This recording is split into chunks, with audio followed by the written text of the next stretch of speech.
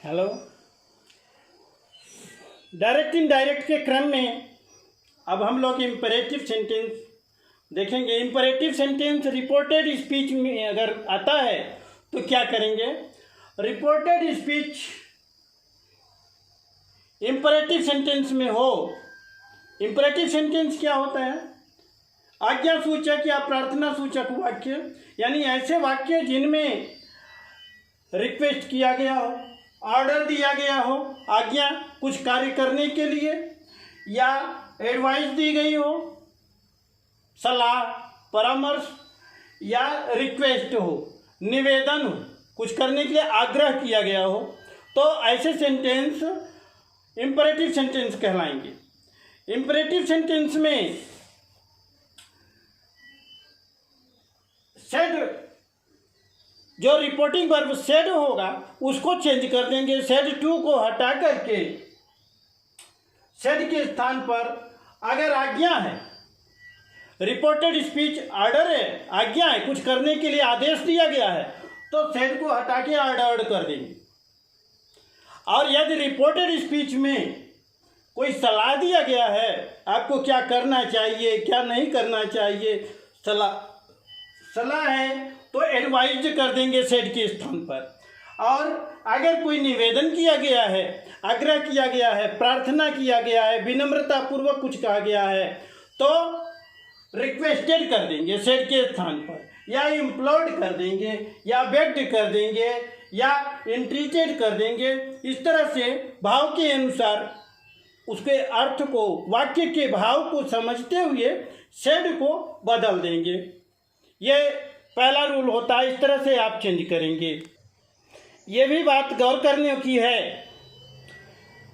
कि imperative sentence verb से, finite verb से ही स्टार्ट होते हैं अक्सर। इसमें सब्जेक्ट यू छिपा रहता है। हम जिसको भी आदेश देते हैं, खड़े हो जाओ, कौन खड़े हो जाओ? आप। तो आप शब्द हम बोलते नहीं, सीधे वर्ब, फिनिट वर्ब बोलते हैं। Stand up, come here, go there, open your book. तो ओपन, कम, गो, स्टैंड यानी वर्ब से स्टार्ट करते हैं।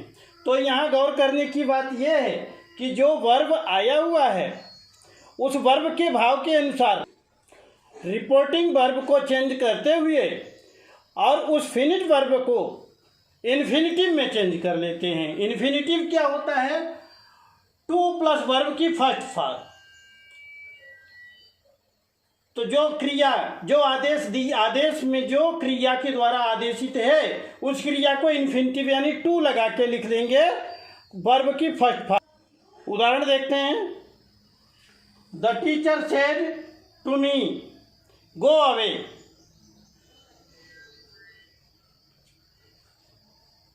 चले जाओ।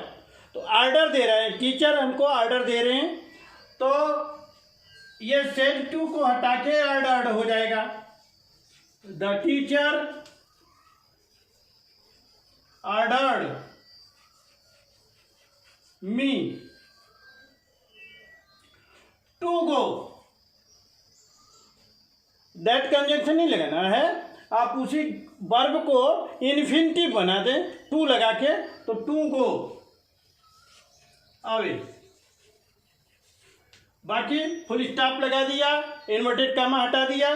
ध्यान देने की बात यह है, कैपिटलाइजेशन पर हमेशा ध्यान दें। रिपोर्टेड स्पीच इन्वर्टेड कामा में होता है तो इन्वर्टेड कामा का पहला अक्षर कैपिटल से रहता है। लेकिन जब इन्वर्टेड कामा नहीं है, हम डायरेक्ट से इनडायरेक्ट बना रहे हैं, तो टोटल एक सेंटेंस, क्लॉज भले ही अलग हो, एक सेंटेंस बनता है, तो यहाँ कैपिटलाइजेशन नहीं होना चाहिए। आई या जो हमेशा से कैपिटल में रहते हैं, किसी के नाम है, प्रॉपर नाउन, उनको छोड़कर बाकी कैपिटल लेटर यहाँ नहीं। तो जी कैपिटल से था, चूंकि इन्वर्टेड कामा में था, तो अब इसे मालूम हो गया। तो इस तरह से बन गया, the teacher ordered me to go away. अब वोकेटिव केस पर ध्यान दें। वोकेटिव केस क्या होता है कि किसी से संबोधित होकर के जब बोला जाता है, तो कभी कभी उसका नाम लेकर के भी कहा जाता है। जैसे मोहन तुम बैठ जाओ, तो यहाँ पर मोहन वोकेटिव केस में, ये सेंटेंस वोकेटिव केस में है जिसमें मोहन को एड्रेस किया गया है। तो ऐसे इंपरेटिव सेंटेंस जब रहेंगे तो कैसे चेंज करेंगे? Example, the teacher said,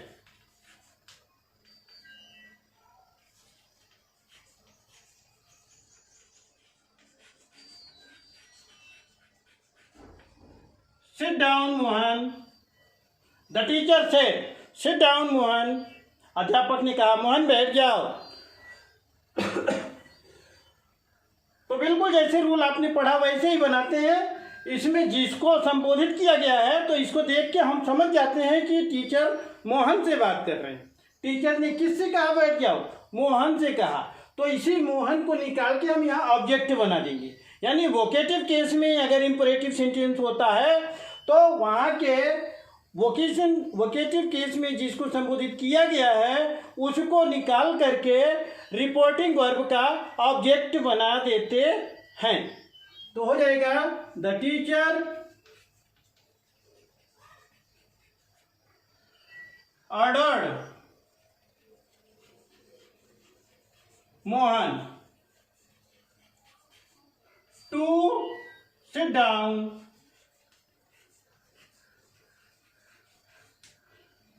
inverted comma हटा दिया, वर्ब को स्मॉल लेटर से लिखा, इन्फिनिटिव बना दिया टू जोड़ करके, और वोकेटिव केस के संबोधित शब्द को ऑब्जेक्ट बना दिया।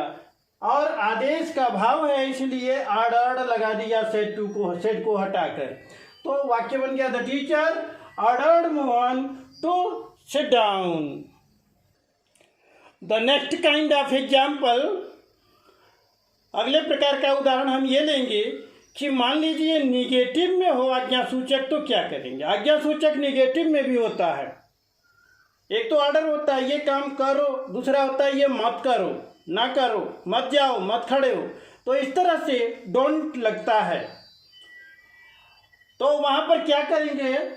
जहाँ डोंट रहेगा, दो विधियाँ हैं इसकी, इनडायरेक्ट बनाने की दो विधियाँ हैं। पहली विधि तो ये होती है कि सेड जो वर्ब है इसकी जगह फॉरवर्ड लगा दें। मना किया, मना किया, तो फॉरवर्ड लगा देंगे तो नॉट हटा देंगे, डू नॉट की जरूरत नहीं रहेगी। जैसे अध्यापक ने बच्चों से कहा अब आज शोर मत करो, तो अध्यापक ने बच्चों को शोर करने से, डिड नॉट नहीं, शोर करने से और मना किया। यहाँ सेड की जगह हो गया फॉरवर्ड, मना किया। तो फॉरवर्ड अपने आप में खुद निगेटिव वर्ब है, इसलिए अलग से उसके साथ नॉट मत लगाइए। तो इस तरह से हो जाएगा, the teacher forward the boys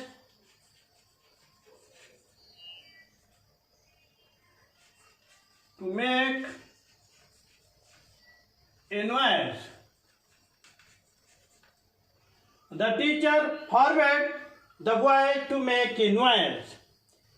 second method क्या है? सेकेंड मेथड में अब सेड को जैसे आप लगाते थे ऑर्डर्ड या एडवाइज भाव के अनुसार वैसे करेंगे। तो फिर यहाँ नॉट लगाएंगे, कंजंक्शन नॉट लग जाएगा। The teacher ordered the boys not, यहाँ नॉट लगा के बाकी जैसे करते थे टू, वर्ब में टू लगाएंगे यानी इन्फिनिटिव करेंगे, टू मेक ए नॉइज।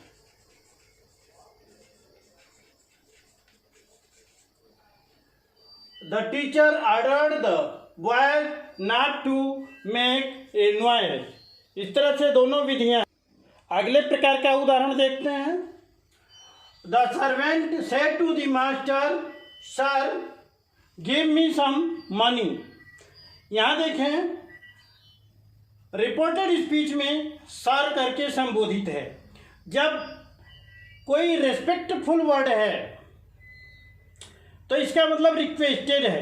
इससे हमें इशारा मिलता है कि रिक्वेस्ट है, तो इस शब्द को हटा देंगे और सेड टू को रिक्वेस्टेड में चेंज कर देंगे। यही भाव हमको मिलते हैं। भावना, किस इमोशन से, किस भावना से वो बोलता है व्यक्ति, तो हो जाएगा the servant requested the master sir हटा देंगे, वर्ब में टू लगा के इन्फिनिटिव बनाएंगे, to give me, first person है, फर्स्ट पर्सन सब्जेक्ट के अनुसार सर्वेंट थर्ड पर्सन है, तो ये थर्ड में हो जाएगा him some money.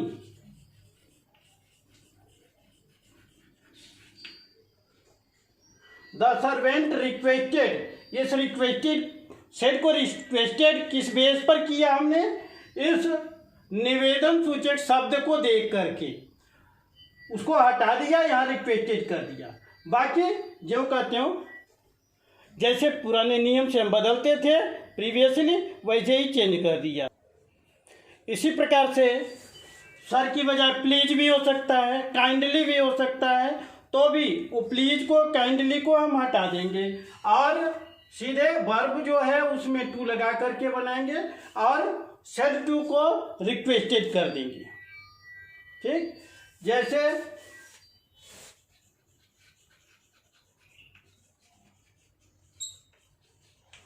Mohan said to Rita please help me,